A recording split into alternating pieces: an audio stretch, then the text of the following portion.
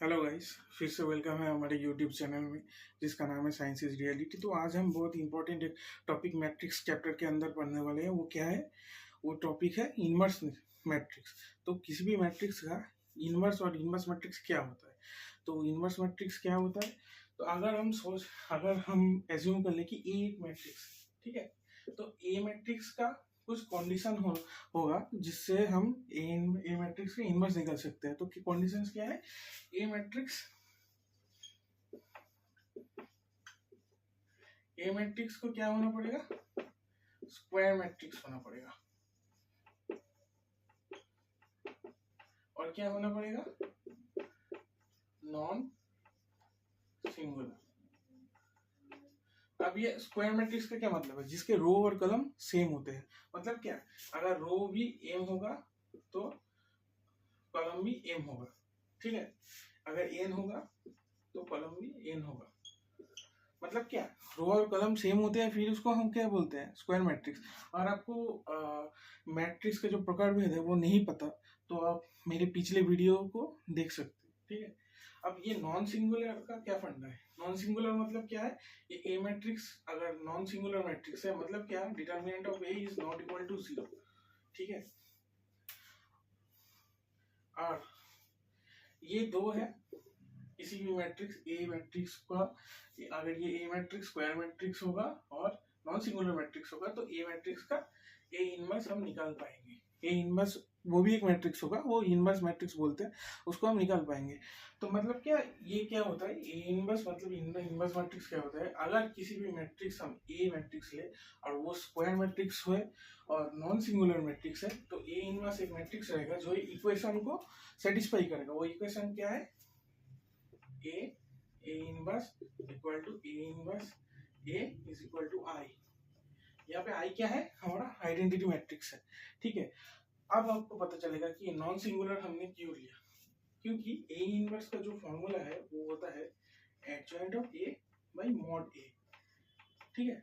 Non singular मतलब ये mod ए जो है, डिटरमिनेंट जो है नॉट इक्वल टू 0। अगर ये 0 हो जाता, ठीक है, तो ये क्या होता? एडजॉइंट ऑफ ए बाई 0 हो जाता। और हमको पता है कोई भी किसी भी चीज को अगर हम 0 से डिवाइड करें, ठीक है, तो वो क्या होता है? अनडिफाइंड होता है। तो मतलब क्या? ए इनवर्स हम नहीं निकाल पाते। तो इसलिए क्या एक कंडीशन है? नॉन सिंगुलर होना पड़ेगा। मतलब ये नॉट इक्वल टू 0 होगा। फिर ही हम इस ए इनवर्स का वैल्यू निकाल सकते हैं, राइट। तो हम देखते हैं ये। अब यहाँ पे ये डिटर्मिनेंट कैसे निकालते हैं वो हमको पता है, ठीक है। तो वो अगर नहीं पता है तो मेरे पिछले वीडियो में देख सकते हैं। अगर अब ये क्या है? ये एडजॉइंट ऑफ ये क्या है? ये नई चीज है, इसे कैसे निकालते हैं वही हम आज देखेंगे इस लेट अस कंसीडर एक 2x2 मैट्रिक्स है। तो हम क्या ए बी सी डी ऐसा एज्यूम करते हैं कि ए का ए मैट्रिक्स है, ये 2x2 मैट्रिक्स है, ठीक है। हमने क्या बोला कि ये इनवर्स मैट्रिक्स हमेशा स्क्वायर मैट्रिक्स का ही होगा। तो एक सबसे छोटा वाला जो स्क्वायर मैट्रिक्स है वो ले लेते हैं 2x2। तो एबीसीडी ऐसा होगा। तो हमको एडजॉइंट ऑफ ए निकालना है जो कि है एक कोफैक्टर मैट्रिक्स सी, उसका ट्रांसपोज।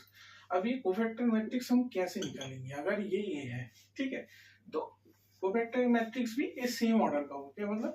2x2 ऑर्डर का होगा। तो ये 2x2 ऑर्डर का होने वाला है, मतलब 4 होने वाले हैं। क्या? 4 एलिमेंट होने वाला है। तो पहला एलिमेंट जो होगा प्लस माइनस माइनस प्लस, मतलब क्या? पहले प्लस फिर माइनस फिर प्लस, ये ऑर्डर मेंटेन होगा, ठीक है। तो अभी मैं एक ट्रिक सिखा रहा हूँ, ठीक है।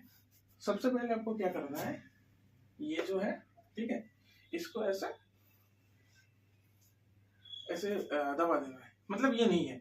फिर क्या करना पड़ेगा? पहले टर्म के लिए इस पहले रो को ऐसे, तो क्या बचा? डी। तो ये डी, अरे ये क्या हो गया? तो क्या होगा? डी, ठीक है। फिर ये अभी भी है।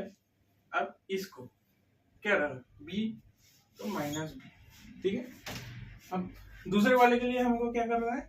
इस सेकंड कॉलम को हमको गार्ड करना है। फिर फर्स्ट इसको, फर्स्ट रो को, क्या बचा सी, तो ये माई सी, और बाकी बचा क्या ए, ये। अब एडजॉइंट ऑफ ए क्या होगा,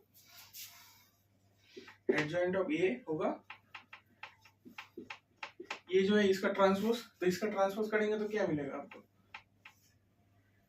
डी माइनस सी माइनस बी ए। यह है एक 2x2 मैट्रिक्स का एडजॉइंट